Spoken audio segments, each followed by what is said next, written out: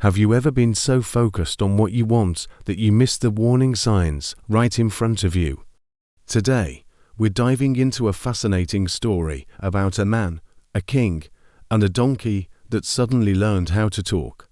The story begins with the Israelites, whose massive camp near the land of Moab strikes fear into the heart of King Balak. Terrified, he summons a well-known prophet named Balaam with a dark request. "Come and curse these people for me, so I can defeat them." Balaam, being a prophet, takes the request to God. The divine answer is firm and direct. "Do not curse these people, for they are blessed." But King Balak is persistent.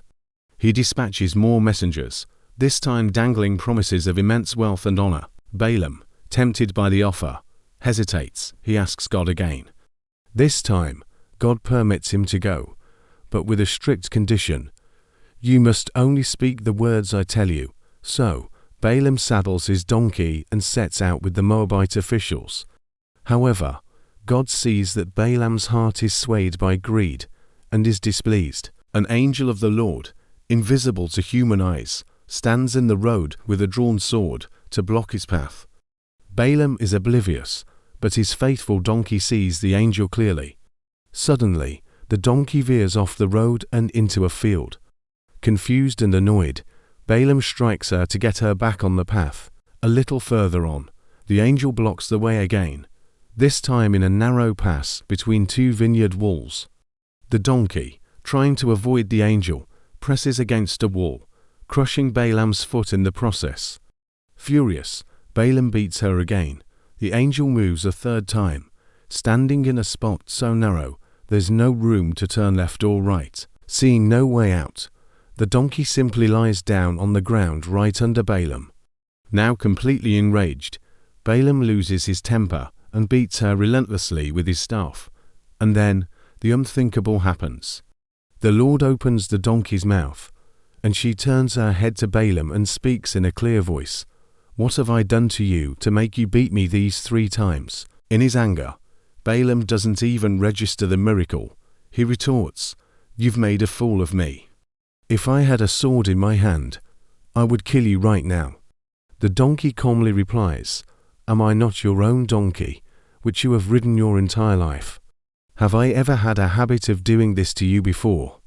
Balaam stops, thinks for a moment, and has to admit, no. Just then, the Lord opens Balaam's eyes.